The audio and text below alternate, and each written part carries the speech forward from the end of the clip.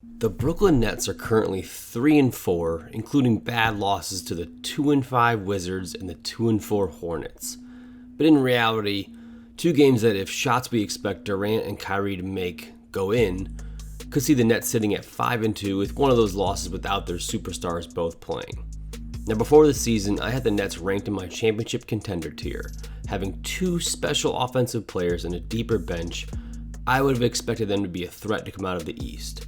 In this breakdown, we will focus on the X's and O's, what the Nets are running on offense and defense, as well as some of the positives and negatives and moving forward might have to change for the Nets to compete for a championship. Early season stats are wonky. It is important to always remember that. But for the sake of this breakdown, as well as when I look back to note where teams were so early in the season and see what changes occur with team stats over the course of the season to see why those changes happened, we're going to use cleaning the glass stats throughout this breakdown when referencing and ranking the Nets. And speaking of cleaning the glass, I'm very excited to let everyone know that I've teamed up with Ben Falk to create a course on how to break down basketball and learn everything you could possibly want to know about the X's and O's of the NBA. You'll learn how to get film, edit film, terminology used, my system and setup, as well as in-depth video and written breakdowns to learn all about the X's and O's. For more information, you can check out the link in the description below. And if you want to connect with me, you can find me on Twitter at halfcourthoops. At the time of recording this video, January 4th, the Nets have the 8th best net rating in the NBA at plus 4.9, ranking 9th in offensive efficiency and 10th in defensive efficiency. The four factors are going to fluctuate wildly with such a small sample size, but the biggest concern I have for the Nets is their defensive rebounding, allowing opponents to grab 30% of their misses so far early in this season, and we will see that come up during the defensive portion of this breakdown. From the very first game this season, it was clear. The Nets were going to look to run often and try to score early. This makes a lot of sense. The Nash D'Antoni Suns teams were heralded for their 7 seconds or less offense and revolutionized the way the game is played today. Combining that coaching philosophy with talented playmakers, but more importantly, skilled ball handlers, playing fast is always more efficient than playing slower. Having players like Kyrie, Kevin Durant, and Caris LeVert will constantly put pressure on the defense early and often. Of course, Dinwiddie is unfortunately out for the rest of the year with that injury, and this is where his loss will be the most significant, by taking away one more handler and capable scorer, especially in transition. Once things get slowed down or what we would call early or secondary offense, the Nets primarily will run ball screens, especially for Kyrie. With these drag screens, these are effective because defenses are not always set up or working to guard certain matchups and will put pressure on the defense, either causing them to be out of their normal coverage or force a switch that allows Kyrie or even Kevin Durant to take advantage. In this first example, we see Kevin Durant coming down, going right into a ball screen. Capella looks a little confused. Durant walks into an easy pull-up from mid-range. Kyrie, in this example, pushes the ball early ahead. Jarrett Allen's going to come in and set this little drag ball screen. Durant might join for a double drag. Kyrie is going to then reject this ball screen into the paint, and because the Hornets defense isn't set up yet, Kyrie is able to turn the corner, get downhill, and actually finish a pretty absurd left-hand layup here. They can also run drag ball screens on the side of the floor. Some people call them Euro ball screens in transition. I just call them side ball screen transition. I like how Jarrett Allen just flips the angle of this to turn it into almost like a step up. The defense and the big defending is not in position to help, not in the proper position for whatever defensive coverage that the Hawks are supposed to execute here. This allows LeVert to get in a little bit of pocket of space, get into his man, find the roller Allen, and a nice little pocket pass for the easy dunk finish. Now, here's an example of Kyrie pushing the ball. Jeff Green's going to have two back-to-back awesome possessions of setting ball screens in transition. This forces Bertans to switch. Now we got Kyrie with the advantage. He's able to drive and attack Bertans one-on-one, get downhill, and ends up drawing the foul. Now in the next possession, watch Green sprint down the court here and then stop almost at the free throw line and go right into a ball screen for LeVert. This leaves Capella basically completely out of position. So Green has a good screening angle on Trae Young. Capella now is out of position and not able to set up a great coverage. What happens is this forces a switch. So when LeVert comes off of this, Capella now is switched onto LeVert, Trae Young onto Jeff Green. Off ball, Herter switches onto Green, Harris drives, ends up finding Green for the easy finish over a smaller defender, taking advantage of the switch in transition. In this last example, we're going to look at another side drag ball screen, this time for Kevin Durant. We're going to get Biyombo is going to be in defensive coverage here. He switches on to Kevin Durant, which is an absolute mismatch and allows Kevin Durant to pull up for three and draws the foul. Of course, the Nets don't always set drag screens. They use these early pushes to create advantageous situations for them by getting Kyrie or KD a matchup they like and allow them to attack one-on-one. This early push will force a mismatch. In this first example, Durant doesn't really push the ball as hard as he could, but you can see just the early pressure that getting the ball up the floor does to a defense, with Thomas Bryant now having to recover to a shooter, Kyrie. And what this does is create easy advantage for Kyrie, mismatch, nice little isolation setup for an easy three. In this example, we can see Kyrie drive in the middle of the floor, really push the ball. This forces the Hawks defense to react and stop the drive. And now Collins is matched up with Kyrie. Now again, this is advantage Kyrie. So Kyrie walks him over to his spot on the wing, checks the situation, does a little sidestep three, and knocks down a pretty difficult but makeable shot for Kyrie. Another push by Kyrie here has the Celtics defense a little discombobulated. Tice is now having to recover to Kevin Durant on the wing, and of course Kevin Durant in the ISO scenario against Tice, that's advantage Kevin Durant. He's able to attack the middle of the floor and finish with an easy pull-up jumper. Another way the Nets will attack early is to throw the ball into the post to either Kyrie or Kevin Durant. If Kyrie gets the ball in the post, more often than not, he will look to attack his matchup often, trying to score very quickly. Contrasting this, when Kevin Durant gets a post touch, he looks to throw skip passes or look opposite for threes or cutters. Then will attack once all of the cutting and screening actions are not open, going one-on-one, typically with no help because those actions have been defended well. In this example, we see Hayward sag off in the lane against Harris, his defender. Allen's going to screen the baseline. That allows Harris to have an easy catch and shoot three. Again, we punch it to KD here in the post early, a weak side stagger action. KD sees the defense is not going to catch it. Harris is open for a wide open three, just misses it. In this next example, we're going to get a push to the right side. Durant's going to have Beal on him. They're going to find Durant. A good cut down the middle of the lane is going to suck in the defense. And again, Harris is open for the open three, just ends up just missing. One of the things that I could bet any amount of money on for the Nets to run on offense would be D'Antoni's 21 series, or what some people refer to as pistol action. This can be run as either a set or something they flow into as an automatic when the ball is brought up on the wing. This triggers a guard the corner or the wing to set a ball screen for the handler, then receive a flare screen from the big in the slot. After the big then goes set a ball screen for the handler on the side, and typically there's some weak side action like a pin down or exchange that will occupy the defense. That last clip is a great example of why this play works so well. Here we see Harris setting the ball screen initially for Kyrie. Trae Young is trying to avoid the switch, so he's going to hedge. Now this leaves him with a pretty tough recovery on a Joe Harris because Allen is going to set this flare screen. So that flare screen now is going to spring Joe Harris open for an easy catch and shoot three. In the next example, we're going to look at what we call keep action, where the ball is passed ahead to the wing. The wing player then is going to keep the ball, so he's going to show the ball for the handoff, keep it, and go right off a ball screen in the middle of the floor. Shamet ends up going up and just makes an easy three versus the under coverage. And then 21 action is also a good way to get Kevin Durant and Kyrie Irving involved in the screening action that the Nets like to run. So you can see this just side action with Kevin Durant and Kyrie versus some switching. Ends up getting a switch back to Kevin Durant with the ball, and Harris does a good job cutting off the ball. The NBA has gone to more 5-out looks over the past few years, thanks to the Warriors' dominance and D'Antoni's influence with the delay series. The same goes for the Nets so far this season. When they're playing small with Green and KD at like the 4 and the 5, that is the obvious go-to offense. 5-out, space the floor around Kevin Durant and 3 guards, and this space opens up driving lanes and driving kick opportunities. When a big like DeAndre or Allen is in the game, the Nets will go to 2 main actions in their 5-out look, either a screen away or passing to the big in the middle of the floor with a couple screening actions. They could throw the ball to DeAndre and have Kyrie and KD screen for each other, keeping some of their better handlers in that main action on one side of the floor.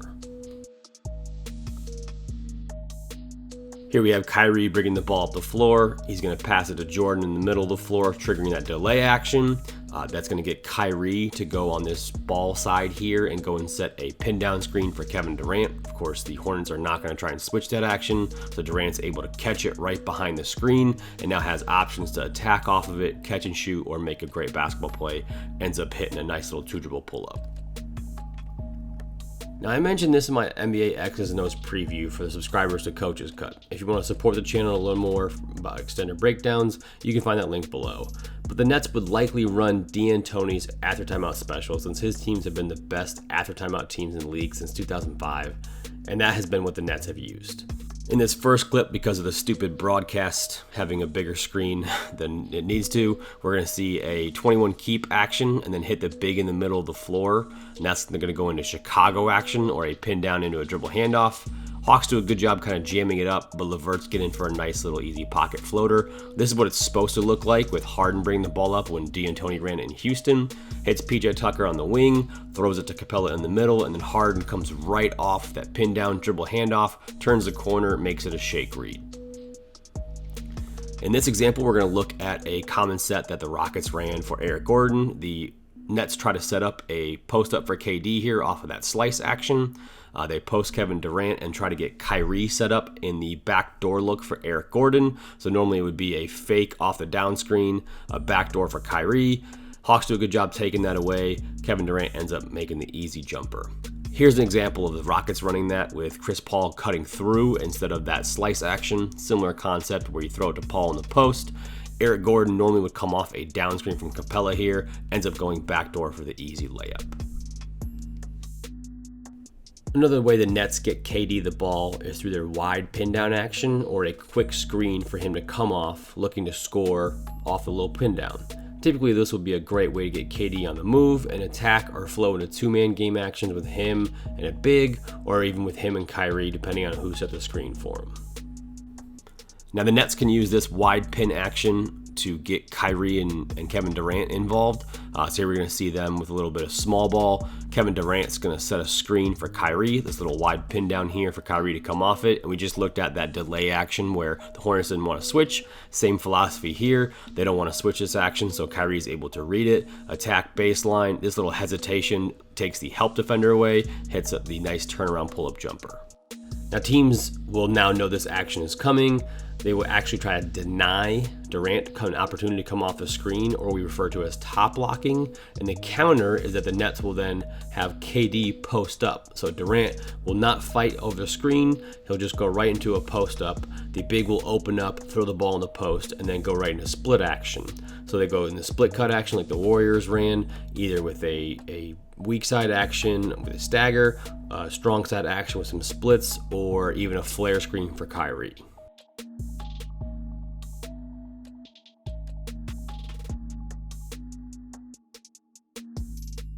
Now, the defensive side of the ball is where the Brooklyn Nets will have the most of their challenges. Kyrie and KD can pretty much carry a team offensively from a skill standpoint, but the Nets' defense has been slipping, and we can see some of the struggles so far this season. Now, there can be a lot to talk about when it comes to defensive schemes and coverages and changes, but I want to focus on three things in the Nets' defensive scheme: ball screen defense, the nail, and switching. The Nets are primarily going to play drop coverage and ball screens. That makes a lot of sense with players like DeAndre Jordan, Jared Allen. They're pretty good kind of cat and mouse players in the drop coverage, and the encouragement in the drop coverage is to allow mid-range shots or like tough contested twos. Of course, when we get to the playoffs, we see that coverage has to kind of be tweaked, but it's vulnerable to a couple different things, and that's pull-up threes if you got a pretty good player. If you have the guard over top, kind of gets caught, you can see a player walk into an easy pull-up three like Tatum does here, but what it really encourages is for players to kind of get downhill, especially out of control, and kind of go into that mid-range floater area and have a tough contested two. One of the biggest points of emphasis was loading at the nail that I've seen early so far and going through some of the film that the Nets have. You can see Joe Harris here doing a good job clogging that lane up by loading at the nail, something that we cover in the course a lot in that defensive section. Talk about the why and how teams would counter that. But essentially what it is we can see LeVert here is he's going to jump into the driving lane and really kind of clog up space and force the offense to make a different play and try to basically take them out of their initial advantage off of a ball screen, off of a drive. And they can do this by either helping or stunting. So Shamet here is going to kind of stunt at Hayward, slow him down just a little bit, and that allows Dinwiddie to recover, and now the Nets have their defense set. Another example of this is against the Celtics here. We're going to see Joe Harris on the top of the screen as Tatum comes off here. Joe Harris is going to kind of stunt at the drive and get back to his man. This stunt here just forces a little sloppy turnover from Tatum. I mentioned the flexibility in the playoffs of the drop coverage and how teams had to adjust. One of that biggest adjustments is switching. So you can see the switching there from the split cut action. Essentially what the Nets are going to do in their defensive philosophy is have everybody 1 through 4. So everybody who's not DeAndre Jordan or Jared Allen involved in an action, they're going to switch. So they're going to switch dribble handoffs, ball screens, anything that is a primary action for the offense. The other player, DeAndre Jordan, Jared Allen, is basically going to zone up or be in that drop coverage. So the switch 1 through 4, sag off the big, especially when he has the ball, and clog up that lane and allow the big to still protect the rim. And then when the Nets go small, they're definitely going to switch everything 1 through 5, basically with either Green or even Kevin Durant at the 5 and playing 4 smaller guards. But essentially when it works, it looks really great.